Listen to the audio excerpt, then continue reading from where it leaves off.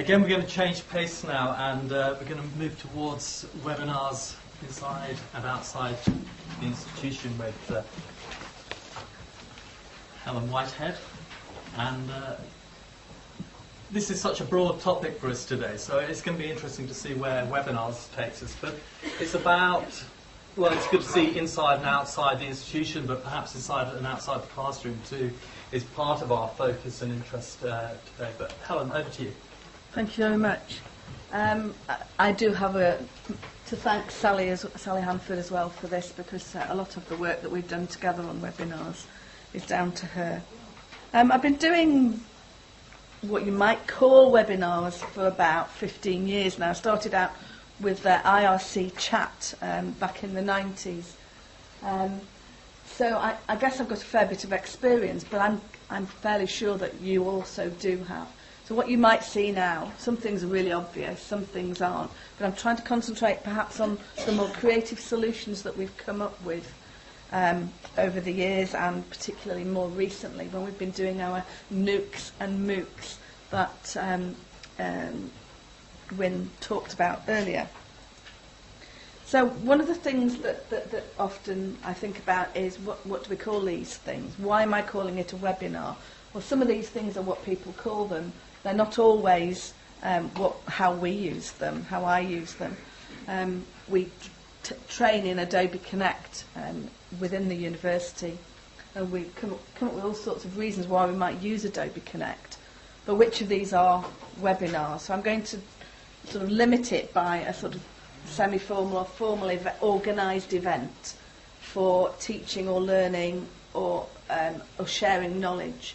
So you were talking about the MELSIG events, one of the sets of webinars I've been running for the LE-SIG, the Learner's Experience of E-Learning SIG, over a few years. So it's sort of an online equivalent of a seminar, and it's not really a lecture like this. I'd call that something else. The important thing is that there is an element of participation and interactivity. This is an example from Google Hangouts from one of our recent MOOCs, and there were 2 people in one place, so you can have people all over the place. Choosing technology, I'm sure everybody's used all sorts of different solutions. I was talking to somebody yesterday who was using WebEx.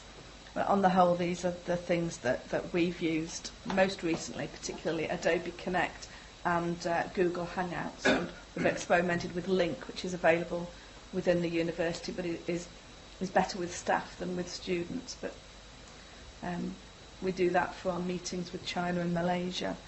So one of the important things to think about is, of course, why you're doing it and what technology you might need to suit what you're doing. So what kind of a webinar is it? Is it a streaming event like this, face-to-face, and there's people involved out there as well? Or is it just a small group of people? Are they in the NHS, in which case there's a bit limited? Where are the attendees? They could be in China, our China campus. They could be in Malaysia, which by an amazing coincidence is where MELSIG is going this year, to be a judge on Asia's Got Talent. Google, wonderful. So if they're in China, I don't know if anybody else has tried to communicate with China recently, but since those Hong Kong protests, every one of our systems and everything's been shutting down. We couldn't even get Turnitin through it at one point. But so if you've got people out there, and it's not just China, there are many other countries where it's slow or some things are not possible. So you need to think about where people are. And sometimes you just have to use the tech you've got available and be creative with it. So, can you combine the technology to get different features? Can you use Twitter for part of it? Does it have to be synchronous? Can it be asynchronous? Because I have to say that as we used it in our NUCs and in our MOOCs, we have decided sometimes that a time-limited forum or something like that, like Neil Sinclair in the hot seat, is more effective for what we want to do than something that's synchronous. So is it appropriate to the course and the participants? It's no good if people don't like using online technology or whatever. Some examples here of places with the Google Hangouts, with the MOOC, the Vice-Chancellor in the hot seat. That was wonderful in the NUC, where we were able to get the participants, the students, to question the Vice-Chancellor about the university's sustainability policy. That was a sustainability NUC that we had that turned into Sustainability Society New, for which we did the Google Hangout. That one's an example of an MELSIG webinar. We had 87 people, and given that they were all very active, it took some managing. You have to start managing the chat when you've got a lot of people in there. And another example of one that we used, which was, it could have been more of a webcast, it could have been just a lecture. Simon Gosling talked about water in the world and the water footprint that we all have, our impact on the world. But making it interactive, we used an online water footprint tool, and the users, the attendees went away and got their water footprint and came back and discussed it. So it became more interactive than, starting him out here. When he first came in, he was very, one way, but the Q&A made it possible for us to go both ways. But there are challenges. Anybody who's used Google Hangouts, I'm sure many of you have, if not all, know that it's limited. You can put a moustache on your face and a silly hat, but it's very much more difficult to communicate with the people outside there. So planning, obvious. These things are all obvious. How are you marketing it? How are you inviting people? Get people to register. For example, we've had training webinars, Moodle Bites, and they really have to go out there, and we have to tell people about them, or we don't get any attendees. So it's really important, and if they don't get to register, then there's no stake in actually attending, so that can be useful as well. And to always send out reminders and joining instructions. I know I'm guilty of these things myself all the time. And to think about where you are. I mean, just sitting in our office, the people who have their back to the window, you can't see them, they're just black. But if you've got a nice window next to you, then people can see you much more easily.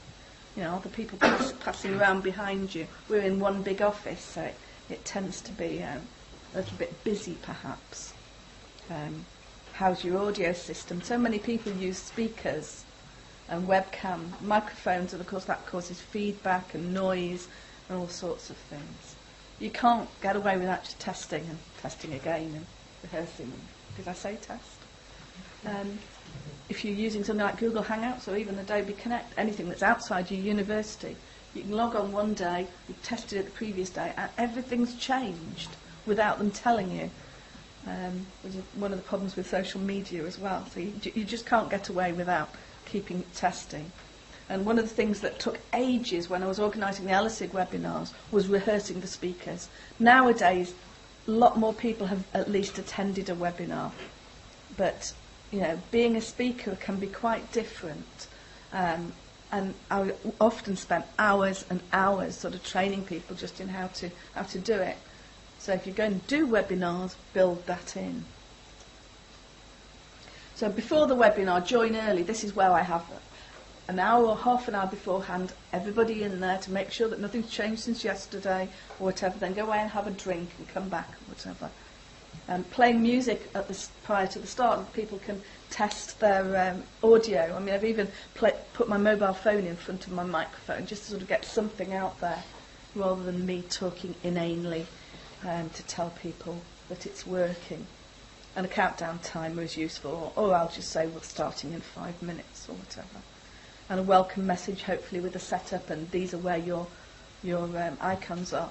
I mean, it's all really obvious stuff, but it's really important for the success of any webinars, whether they're internally to a module or whether it's going out to the whole world in a MOOC or a SIG or something. Upload documents beforehand, test the links. You don't want to find that there's a PowerPoint and a really important thing in there is a video and it doesn't play over whatever it is that you're using, or the website's disappeared. And this is Souter Lighthouse on the northeast coast, where I did participate on a phone at one point. that the apps aren't brilliant for running them. You can often participate. They've got great apps for participation now, but you can't run them from the apps, I find. You need a wired computer. So there are various roles that we've sort of developed over the years. I mean, you might just need a chair or facilitator who does the work for the organising it, but you might need more people. So in our MOOC ones, we've very much divided it up. So there's Tom, who was the sort of the token learner who we had in all our videos for the Sustainability Society and You MOOC with FutureLearn. So he was speaking, and you would also have a chair and a moderator. So the speaker, really, the less they have to do, the better. I've got a description of a really good speaker, and I'll come back to that. So the chair is one of the most important people, introducing it, looking after the speaker, making sure that they have no problems knowing the phone number. If you can dial into it, knowing the dial in. Sometimes moving the presentation on, but usually that's the speaker's job. If at all possible, don't let it out of the speaker's hands. I mean, I was running one the other day, and one of the attendees was madly trying to move it on. In the end, I had to sort of put her down to the lowest level of user rather than presenter. You need to be a presenter to use the microphone, so she had those rights, but she just wouldn't sort of let me move it on. She was moving it on herself. So sometimes you have to sort of manage it. And the person who manages it, this is Sarah, Sarah Spates, who was the convener of the modules and the MOOCs and the NOOCs. So the person who deals with those things is the moderator. That's me. Here I am, just at the bottom there. People often probably wonder why I'm there, because I don't say anything. But what I'm doing is I'm keeping an eye on everybody's. I'm making sure that the right person is visible and so on. Starting and stopping recording. Anybody ever missed a really good recording because they forgot to press go? Oh. So I have a checklist now to make sure I get everything right. And using this mute or the chat or putting people down to a lower level of attendee just to make sure that they're not interrupting, moving things on or whatever. If you can tell people in advance at the start what the guidelines for behaviour are, then that can help. It can be a bit formal, but if you can get away with it in a nice, light way, it's always a good idea. And the moderator will sort of monitor the hands up and sorting out the turns for people who want to speak, or opening polls, displaying results and so on. There is in Google Hangouts a way for the speakers to talk to one another. We did have one or two of our lecturers who were determined to make the current speaker laugh. I would recommend not trying that. It can be very difficult when you're trying to be serious for all those people out there around the world. So format, short and simple and interactive. If it's just a one-way lecture, then it might as well just be a lecture capture or some other way of putting it over. The important thing is that there is some kind of participation. I would tend to have no more than 20 to 30 minutes of hopefully an interactive presentation, followed by questions and so on. And I rarely go above 40 minutes unless people are really engaged. I like to sort of set it for, say, an hour or an hour and a half even, and then finish after 40 minutes. And people are much happier with that. And then if they are really engaged, there are loads of people, then they can carry on, which is great. Some of the disappointing ones, I was at one last week where it was just a one-way webcast, and I could see them, but I couldn't tell who else was there or what anybody else was saying. Well, I tend to learn loads from the side chat, like the Twitter back chat that's going on today. I mean, you can learn. I mean, why don't you tweet your best tip for running a webinar, and then we'll all learn from each other. I mean, go for that. So Google Hangout, we often use Adobe Connect internally, and it can also be used externally. And one of its advantages is that it isn't built into the VLE. because the VLE is open only to university usernames and passwords. So with Adobe Connect, we can invite external speakers and so on in, and we can use it across the university and across the world. With Google Hangouts, you can also do that. We didn't think Adobe Connect was appropriate for the MOOC, so we used Google Hangouts. Again, some people weren't able to get Google Hangout, which is broadcast across YouTube. But it's a fishbowl situation where several people come in, sit together, talk to one another, if possible with at least one or two students or participants, and then other people look in. In the case of Hangouts, if you've got a Google Plus login, you can ask questions, and then if you haven't, you can just watch. And then there's people in even further back in another layer who are just watching the recording. So you have to think of all of those people and what they get out of it. Use the question and answer creatively, think about other technologies that you might use to get participation. Have a Google Doc for people to have that chat on. Have Twitter. Have a discussion forum in FutureLearn, for example, just to get that back chat going on. And sometimes it's just not appropriate to do that at all. For some of the NUCs, they've just gone back to just having forum discussions. So they might have a 1 week where Neil Sinclair is the person who is very active in the forum, is asking and answering questions. We've used Moodle Chat as well. I think the students find that a little bit old-fashioned with just having text chat. So they tend to have a really good purpose, and the students know the purpose, not just drop in and we'll chat about something. One of the best ones we did was when I was teaching a writing course, and we actually had a character each, and we went in and we role-played those characters, and that was really relevant to the writing course, and the students could see that it was relevant. So all the usual things: allow arrival time, welcome people, ask them to put their names in, find out about where they are at the start, all the same things that you might do in a seminar in face-to-face. Mind about recording being important. Where are you? Mark your location on the map, so you can use the whiteboard tool. So this is a Nottingham one. Establish the rules in advance, what the rules for acceptable behaviour are, how you might take turns if you use something like this raise hand icon. Load up the PowerPoint in advance. I'll say that again because it's something I've forgotten to do occasionally, and sometimes you need to test it as well because certainly Adobe Connect and Illuminate have both sort of mangled some presentations in the past, and check the content. And I've got I said keep it visual and follow good practice on a page that is just bullet points. Don't do that if you can avoid it. And use the whiteboard. I love whiteboards because you can just get feedback straight on the PowerPoint. You can get people to add things. Where are you on your experience of webinars? Put yourself on the continuum.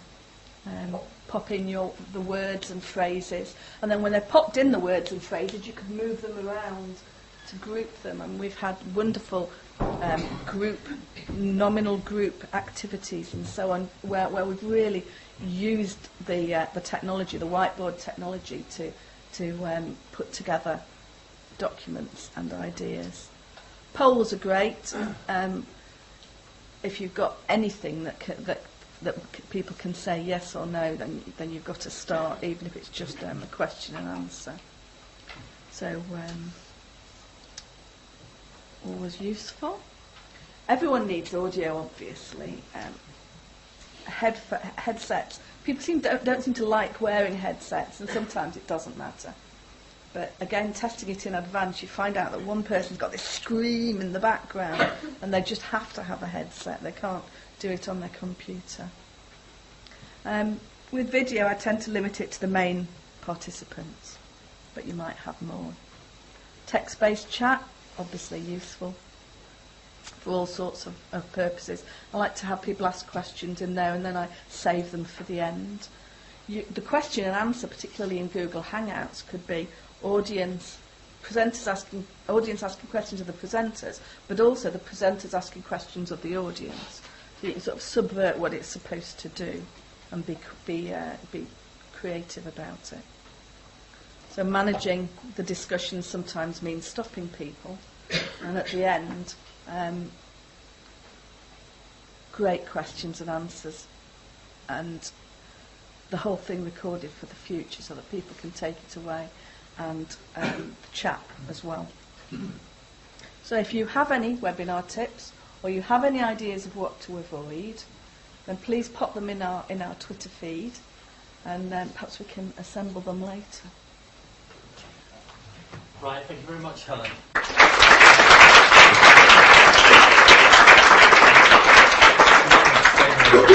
We get time for questions. I'd forgotten that I had actually built in 10 minutes for questions at this point, but the important thing maybe for several people is that it's a good time for a loo break as well. We can have 10 minutes now for a bit of talking, and then we will actually take 10 minutes just to stretch our legs and so forth. I've asked Alex to do the impossible, to set up a Padlet, maybe for us to try and capture ideas throughout the day. But Helen, you've raised the opportunity for us to share our own experience of using webinars.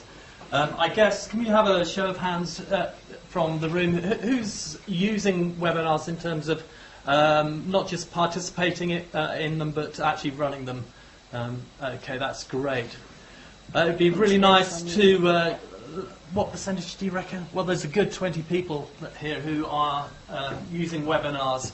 So why don't we hear from some of the people who are using webinars just to reflect on some of the things that Helen has been talking about.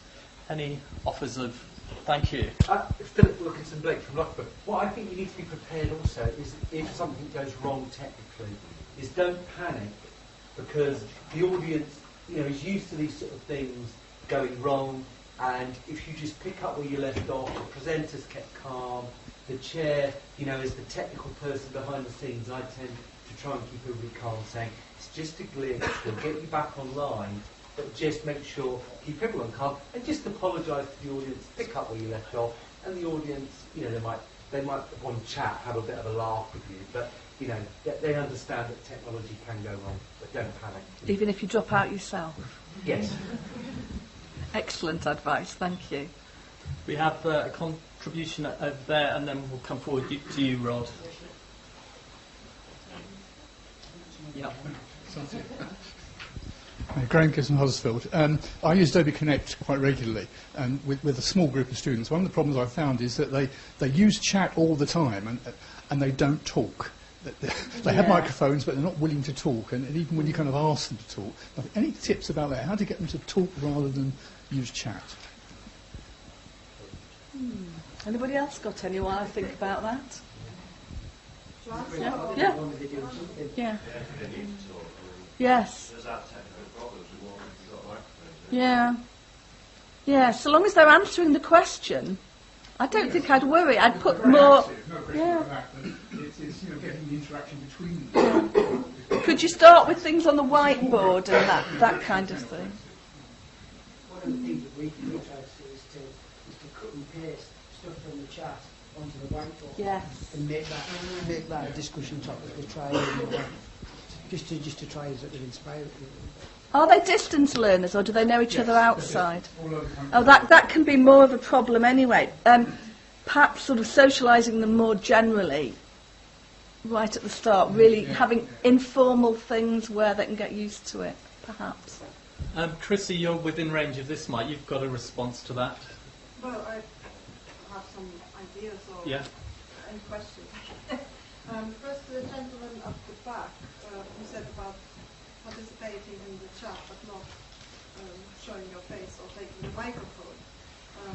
I have similar experiences, and what I have found is that people who have private shared offices and things like that, so sometimes the reasons are beyond not wanting to take the microphone, but they might feel that it's inappropriate in an open office thing, or they are on a train or somewhere, so they feel embarrassed, I think, and I would feel the same, to take the microphone in a situation like that. So sometimes the reasons might be beyond our sort of thing. But in international webinars, I have found that when you're such a community, like you say, screens open, you have the videos, everybody is shown, people are more interactive and more willing to take the microphone, especially if the groups are small. Okay, thank you, Chrissy. Graham's grabbed the mic, so back to Rod in a minute. Go on, Graham. Very quickly, well, one way of doing it is to make it slightly more structured, so the students in advance know that they're going to be, for example, doing presentations about their research, which is something we did. Another one related, to get them just to feel familiar with it, is actually create a room that they can go into in their own time without there ever being a member of staff there. We did this a couple of years ago with students doing psychotherapy MA, and we called it the Collaborate Arms because we were using Collaborate at the time, and it was a bit like the metaphor was like having a social space, like a pub to go to after a seminar, and just let them go and do their thing. Thank you. So, Rod, Cullen, you were going to say something. I think that one of the key things that we found is that to ensure that the participants' first experience is a good one, and that goes back to what you were saying about test. But we've introduced a sort of a very low risk first experience. So rather than chuck them straight in at the deep end as part of their distance learning courses about the teaching, we do a little icebreaker session, and this might help with what you were talking about as well. We get them to prepare a little slide. One slide, no text, just images that says a little bit about who they are, why they want to do the course, and a little bit about where they're from. That gives them their first experience of presenting in a really unthreatening way. It's not particularly a difficult thing to do, but it gets them used to uploading a slide we use Adobe Connect, upload the slide, get ready in advance, and then share their thoughts in an audio and video way as well. Thank you for that one. And what we found with the course that we're running for the NHS is actually at the start of the course is actually get the students to fill in a template of when the best time to run the webinar, because we found if it's just an hour too early, you can end up with 5 students. If you get the timing right, you've got the cohort, most of the cohort turning up to the webinar. So we tend to do that at the beginning of a run of a programme. Yeah. One thing I'd like to just say is check the recording all the way through before you release it, especially if students have been doing things in their own homes, because sometimes it might not be sensible to release it. Okay, anything more that we want to discuss in terms of the use of webinars? Chrissy, yeah? I think just briefly, yes, I remember being a non-native English speaker as well. I think it can be more challenging for us to actually contribute using our voice. And despite the fact that I would probably participate more in writing stuff there, knowing that everybody else would make little mistakes in the chat anyway.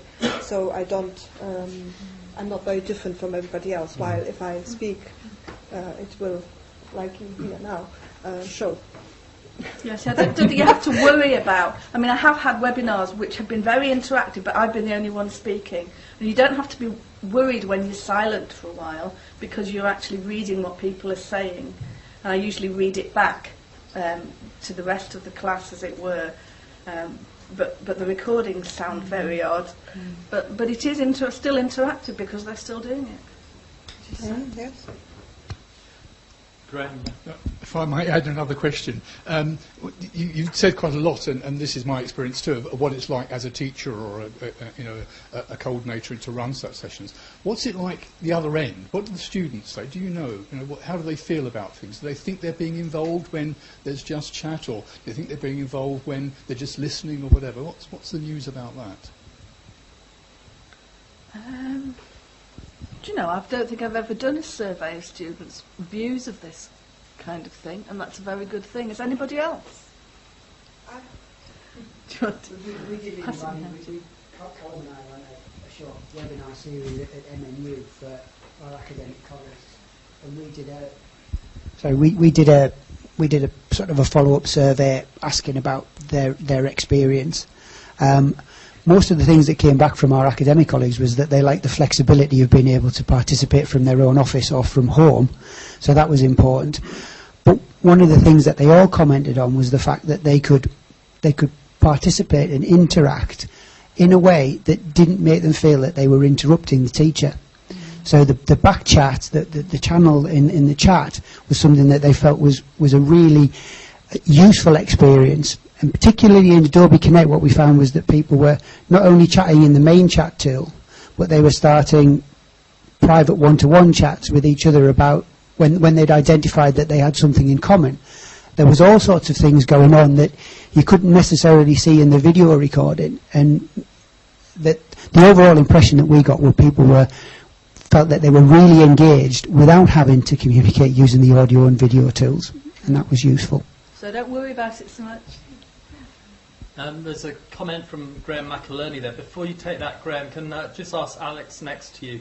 Alex, are you telling me you've set up a Padlet? It is done.